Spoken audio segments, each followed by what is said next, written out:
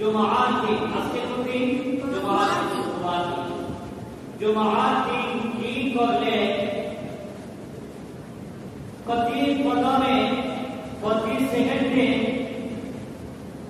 আল্লাহ রাব্বুল আলামিন এক বছর 360 দিন রোজা রাখা তাহাজ্জুদের নামাজ সহ তিলাওয়াত জিকির আজকার করা সওয়াব দান করবেন বলেন সুবহানাল্লাহ।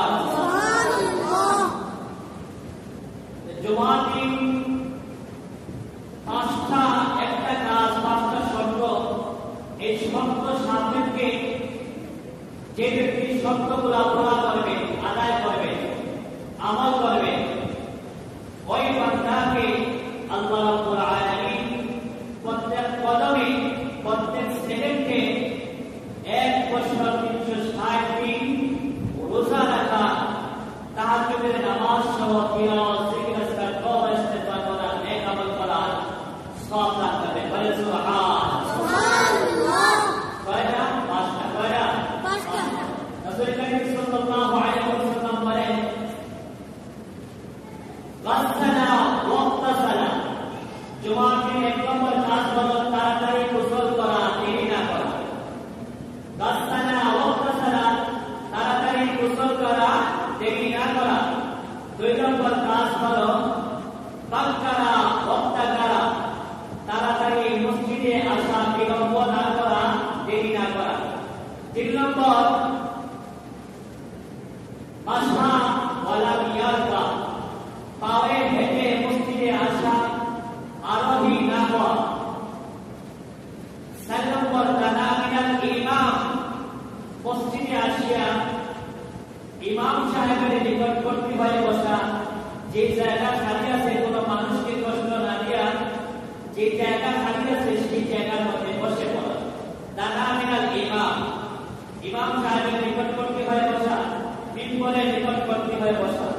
পাঁচ নম্বরে ইস্তামাআ ওয়ালা ইয়াদউ মনোযোগ সহকারে দিন মন লাগাইয়া কথাবার্তা শোনা খুতবা শ্রবণ করা কারো সাথে কোনো কথাবার্তা না বলা ওয়ালা ইয়াদউ কথাবার্তা না বলা মনোযোগ সহকারে শোনা কথাবার্তা না বলা।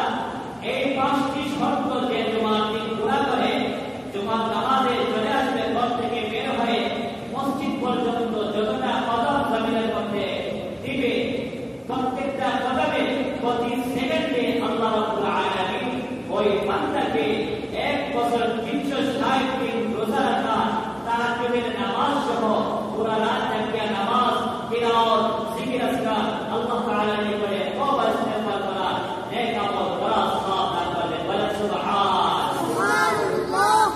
কাজেরটা জুমার নামাজ শর্ত পাঁচটা। শর্ত কয়টা? পাঁচটা। এক নম্বর তাড়াতাড়ি গোসল করা দেরি না করা। দুই নম্বরে তাড়াতাড়ি মসজিদে আসা বিলম্ব না করা দেরি না করা। তিন নম্বরে পায়ে হাঁটিয়া মসজিদে আসা শক্তি থাকলে সামর্থ্য থাকলে তৌফিক থাকলে সোয়াব না হওয়া গাড়ি অথবা কোনো যানবাহনে আরোহণ না করা।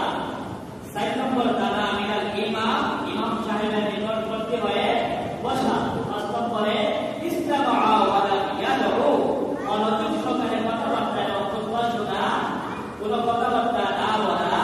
এই পাঁচটা শর্ত যে আদায় করবে ওই বান্দাকে আল্লাহ রাব্বুল আলামিন এক বছর প্রতি সেকেন্ডে প্রতি কদমে ঘর থেকে বের হয়ে মসজিদ পর্যন্ত যতটা কদম জমিনের মধ্যে রাখবে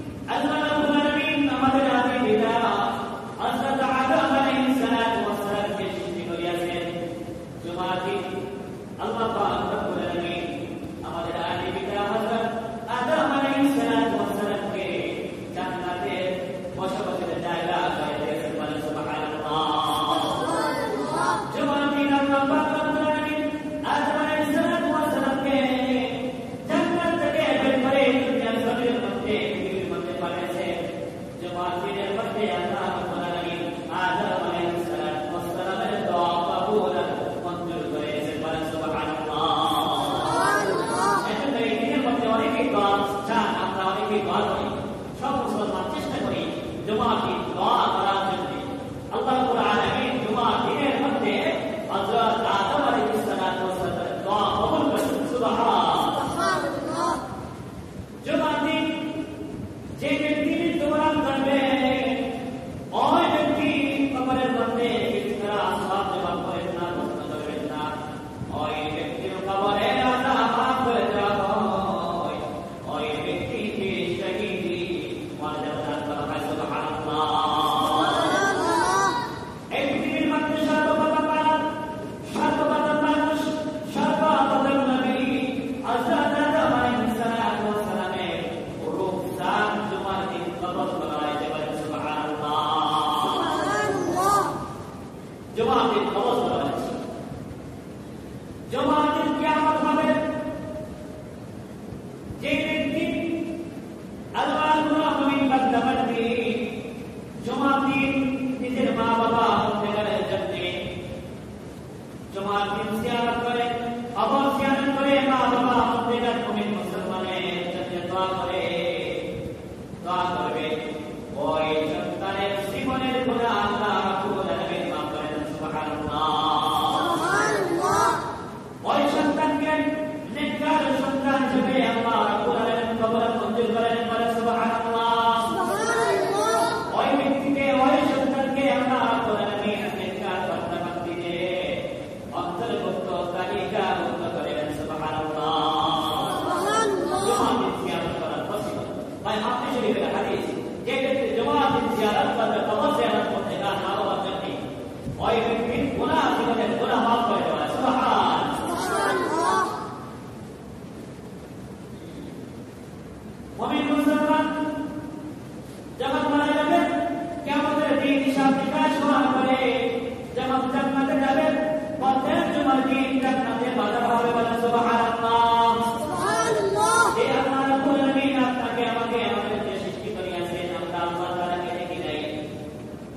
জান্নাত যাওয়ার পরে মুমিন মুসলমানগণ ঈমানদারগণ জান্নাতে যাওয়ার পরে প্রত্যেক জুমার দিন আমাদের সৃষ্টিকর্তা আল্লাহ রাব্বুল আলামিন দিদার লাভ করবেন। সুবহানাল্লাহ।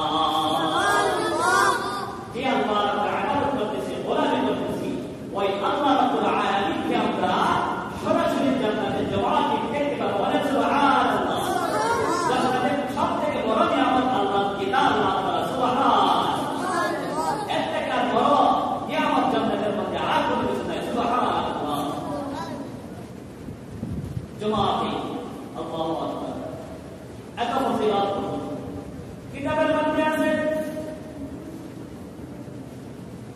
মিশকাত শরীফের হাদিস, যে ব্যক্তি জুমার দিন নামাজ পড়বে, পূর্বের শর্তগুলো পালন করে জুমার দিন মসজিদে আসিয়া যা তৌফিক হয় নামাজ পড়বে, আল্লাহর বান্দা নামাজ পড়বে, কত জুমা থেকে জুমার ভিতরে এমনকি আরো 3 দিন 10 দিনের গুনাহ আল্লাহ রাব্বুল আলামিন মাফ করে দেন। সুবহানাল্লাহ।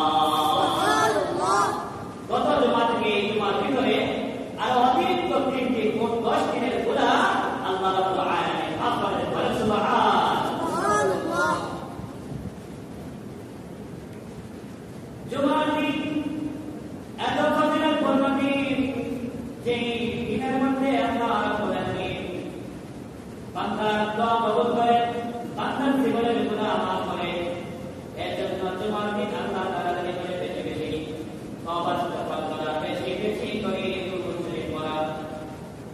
আল্লাহ রাব্বুল আলামিন আমাদের সবাইকে জুমার দিন বেশি বেশি করে নামাজ, তিলাওয়াত, জিকির, তওবা ইস্তিগফার করার তৌফিক দান করুন। আল্লাহু আমিন। জুমার দিন এত দামি দিন, এত ফজিলতপূর্ণ দিন, আমরা সচরাচর মধ্যে সপ্তাহ একদিন আসে, এজন্য আমরা গুরুত্ব দিই না।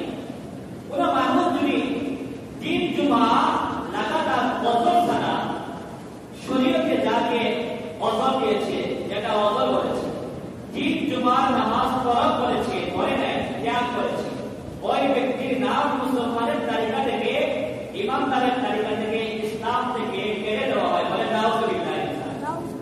দিন জুমার যে ব্যক্তি অজর ছাড়া জুমার নামাজ আদায় করে দেয়, ওই ব্যক্তির নাম মুসলমানের